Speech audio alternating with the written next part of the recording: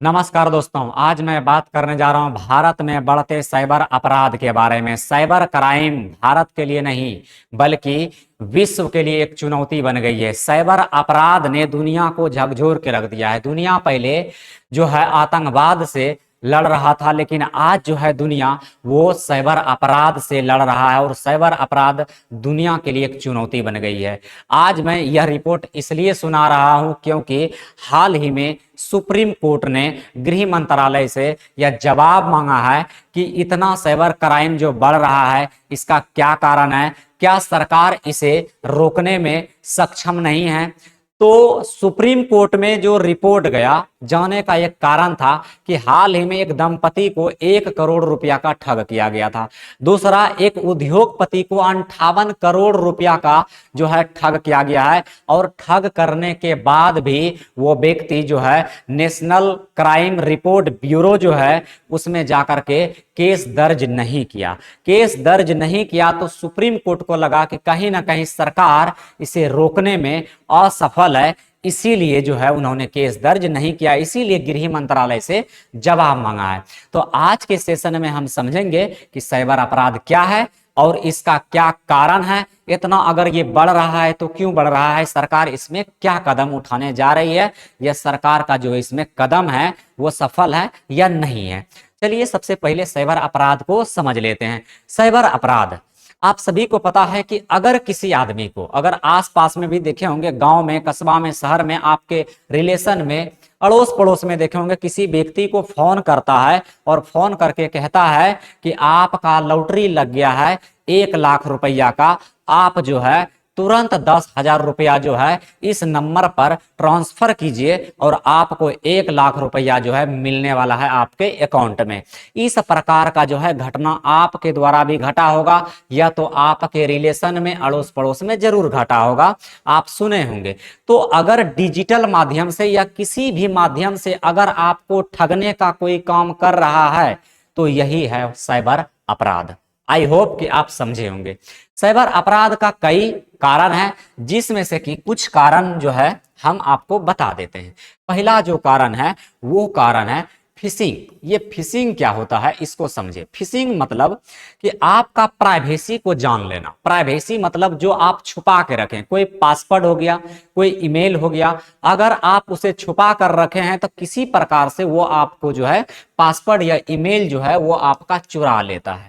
दूसरा बात है इसमें हैकिंग। हैकिंग का मामला तो बहुत ज्यादा हैक, यानी कि अगर आप मोबाइल चला रहे हैं या लैपटॉप चला रहे हैं या कोई अकाउंट चला रहे हैं तो हो सकता है कि आपका ईमेल या पासवर्ड के द्वारा आपके सिस्टम को हैक कर ले और आपसे जो है मांगे पैसा। कैसे मांगेगा, कहता है किसी कंप्यूटर या वेबसाइट में बिना अनुमति प्रवेश डेटा चुरा लेना, यानी कि बिना प्रवेश वो बैठे बैठे आपका सारा डेटा चुरा लेता है आपका। ये जो है इसी को कहते हैं हैकिंग, यानी कि सिस्टम को हैक कर लेना। कभी कभी सुने होंगे कि अगर आप फेसबुक चला रहे हैं तो उसी आईडी को कोई और चला रहा है, तो कोई और चला रहा है इसका मतलब वो आपके आईडी को हैक कर लिया है। ठीक है। उसके बाद जो है अगला साइबर ठगी, यानी कि इसमें जो है ऑनलाइन खरीदारी, लोन, इनाम या नौकरी के नाम पर ठग करता है। यानी मैं आपको बता दूं, एक लड़का था, आप लोग भी उनको देखे होंगे, वायरल, जो जिसको वायरल आईपीएस का नाम दिया गया, यानी कि उनसे 2 लाख रुपया ले करके और उसे आईपीएस बनाने का वादा किया गया। तो आईपीएस बनाने का जो वादा किया गया, 2 लाख रुपया उससे लिया गया, जो कि सरासर गलत था और पैसा लेकर के वो चले गए। तो ये है साइबर ठगी। तो कुछ इनाम लेकर के जो है आपको ठग सकता है। उसके बाद है सोशल मीडिया अपराध। सोशल मीडिया अपराध का मतलब क्या होता है जरा इनको समझे। इनमें जो है कहता है फेक अकाउंट बनाकर और आपको बदनाम करके, यानी कि फेक अकाउंट बनाकर आपको बदनाम करके जो है आपसे क्या मांगेगा, आपसे पैसा मांगेगा, आपसे जो है आपको कहीं ना कहीं बदनाम करने की साजिश करेगा। जैसे आपको मैं एक एग्जाम्पल के तरीका पर बताऊं कि कोई गर्लफ्रेंड या बॉयफ्रेंड होता है, वो जो है एक शारीरिक संबंध बनाता है और शारीरिक संबंध बनाने के क्रम में उसका वीडियो बना लेता है और उस वीडियो के जरिए उससे जो चाहता है वो करवा लेता है। तो कहीं ना कहीं इसी प्रकार से साइबर ठग भी होता है। तो ये समझें आप। उसके बाद इसका और भी कुछ प्रकार है, जैसे साइबर बुलिंग है। साइबर बुलिंग में क्या होता है, इंटरनेट के माध्यम से किसी व्यक्ति को डराना, धमकाना और उनसे कहीं ना कहीं परेशान करके वसूली करना। यानी कि फोन करता है, जैसे कि कोई मान लीजिए आतंकवादी है, वो फोन करता है कि हम आपके बच्चों को स्कूल से उठा लेंगे, सपोज दैट आपको हम फलना जगह से उठा लेंगे। यानी कि आपको फोन करता है, कहीं ना कहीं आपको वो जानता है कि आप जाते कहाँ हैं, आप करते क्या है, आप क्या खाते हैं, क्या पहनते हैं, कहाँ रहते हैं, हर चीज आपके बारे में वो जानता है। इसीलिए आपको वो धमकी देता है। तो आपको पता ही नहीं चलता है कि इतना जानकारी मेरे बारे में उसको मिला कैसे। तो कहीं ना कहीं आपके बारे में पहले वो जानकारी करके आता है, फिर आपको जो है धमकी देता है और आपसे वसूली करता है। तो ये भी साइबर अपराध के अंतर्गत आता है। उसके बाद मैं बात करूं, पता है रेनसमवेयर। अब ये रेनसमवेयर क्या होता है अटैच, ये जो है किसी सिस्टम या डाटा को लॉक कर देता है और उसे खोलने के लिए आपसे पैसा मांगता है, फिरौती मांगता है। यानी कि आपका सिस्टम को हैक करके उसको लॉक कर देगा, जबकि उस सिस्टम को बहुत अच्छे तरीके से आप खोल सकते थे, लेकिन अब आप नहीं खोल सकते हैं, क्योंकि जहां से आप पासवर्ड चेंज करते हैं वही पासवर्ड वो चेंज कर सकता है, वही चीज वो बदल सकता है। तो आपसे फिरौती मांगेगा और ये भी कहीं ना कहीं साइबर अपराध के अंतर्गत आता है। उसके बाद है फेक न्यूज और गलत सूचना फैलाकर।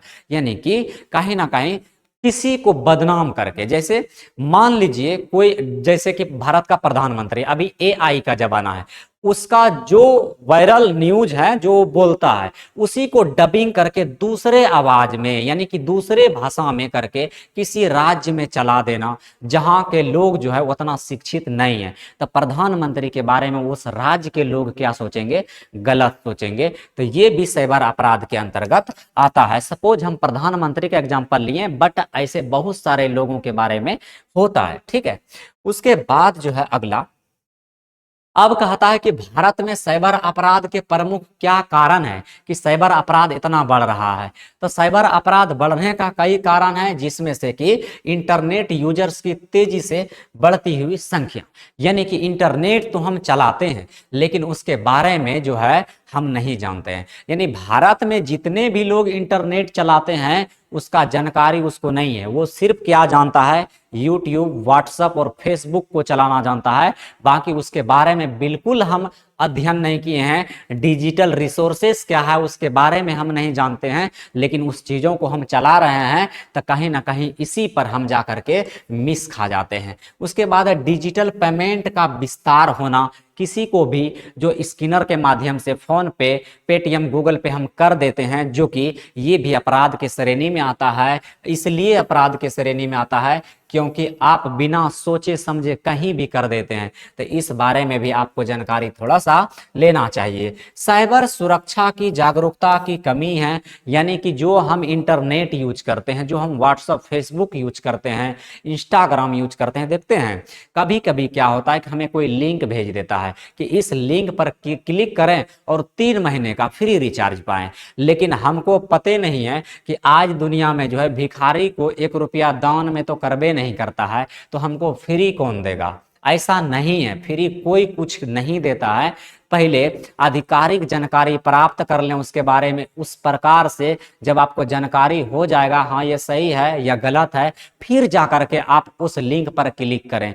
नहीं तो फिर आप जो है कहीं ना कहीं ठग का शिकार बन जाएंगे। उसके बाद है कमजोर पासवर्ड और डेटा सुरक्षा की नीतियां।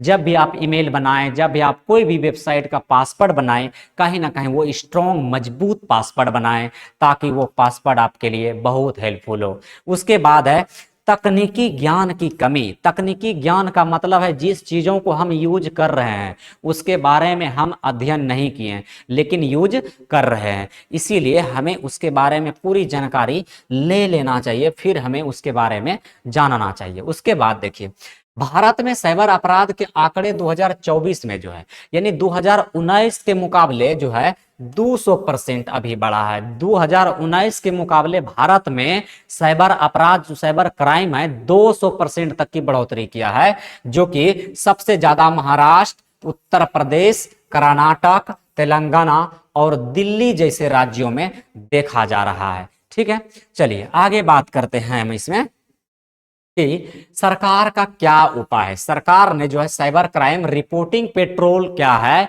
ये क्या उपाय दिया है। तो सबसे पहले मैं बता दूं, एक वेबसाइट दिया है www.cybercrimegovernment.in।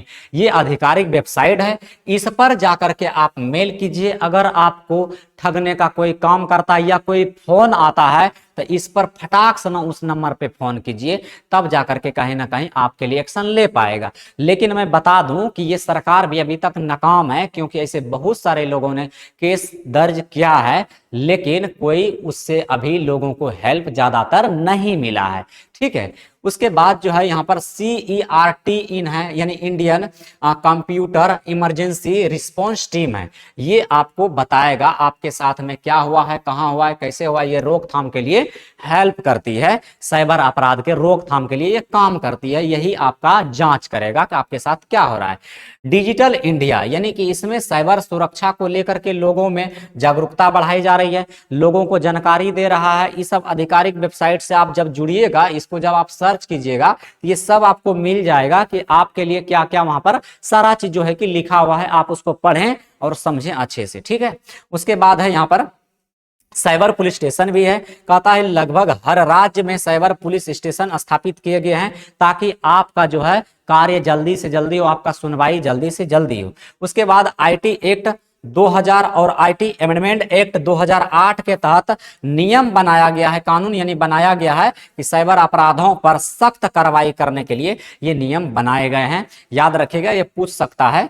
ये IT एक्ट 2000 और IT अमेंडमेंट एक्ट ये 2008। ठीक है, तो आगे अगर हम बात करें, आगे जो इससे हम बचने का क्या तरीका है हमारे पास में, अगर हम साइबर अपराध से बचेंगे तो कैसे बचेंगे। तो यहाँ बचने का कुछ तरीका है। सबसे पहले मैं बता दूं कि किसी अज्ञात लिंक या ईमेल पर क्लिक नहीं करें। यानी कि इससे पहले जब एक बात मैं बता दूं कि साइबर अपराध से बचने के लिए आप सबसे पहले उसके बारे में जानकारी हासिल करें कि हम कोई चीज को यूज कर रहे हैं तो यूज कैसे करें। ठीक है, उसके बाद अगर आपको कोई मेल आता है, ईमेल आता है, कोई लिंक व्हाट्सएप या फेसबुक के जरिए आता है, तुरंत उस पर क्लिक नहीं करें, उसके बारे में आप पहले जानकारी प्राप्त करें। ठीक है, फिर उस पर क्लिक करा, नहीं तो छोड़ दें। अगर आपको लगता है कि बेमतलब का है तो बिल्कुल उसको जो है आप छोड़ दीजिए।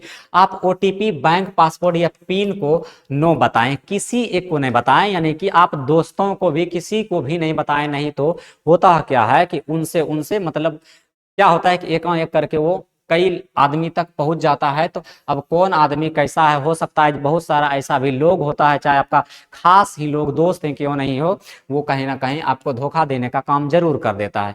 ठीक है, सोशल मीडिया पर अपनी निजी जानकारी साझा नहीं करें, यानी कि आप अपने बारे में बिल्कुल विस्तार से नहीं बताएं कि मैं बहुत बड़ा अंबानी हूं, मुझे करोड़ों की संपत्ति है। तो फिर जो है आप कहीं ना कहीं इसके चपेट में आ जाइएगा। मान लीजिए आपका बच्चों को उठा लेगा या उठाने का धमकी देगा, तो इस प्रकार की चीजों से आप जरूर बचें। आप अपना जो है जानकारी साझा सोशल मीडिया पर नहीं करें। हमेशा मजबूत पासवर्ड और 2 स्टेप वेरिफिकेशन का उपयोग करें। हर मोबाइल में, कंप्यूटर में जो है आज सिस्टम लॉन्च कर दिया है, 2 स्टेप वेरिफिकेशन अपने सिस्टम में जाके कर लें। उससे क्या होता है कि आपका पासवर्ड या ईमेल जल्दी से वो हैक नहीं कर पाएगा। तो 2 स्टेप वेरिफिकेशन जरूर करें।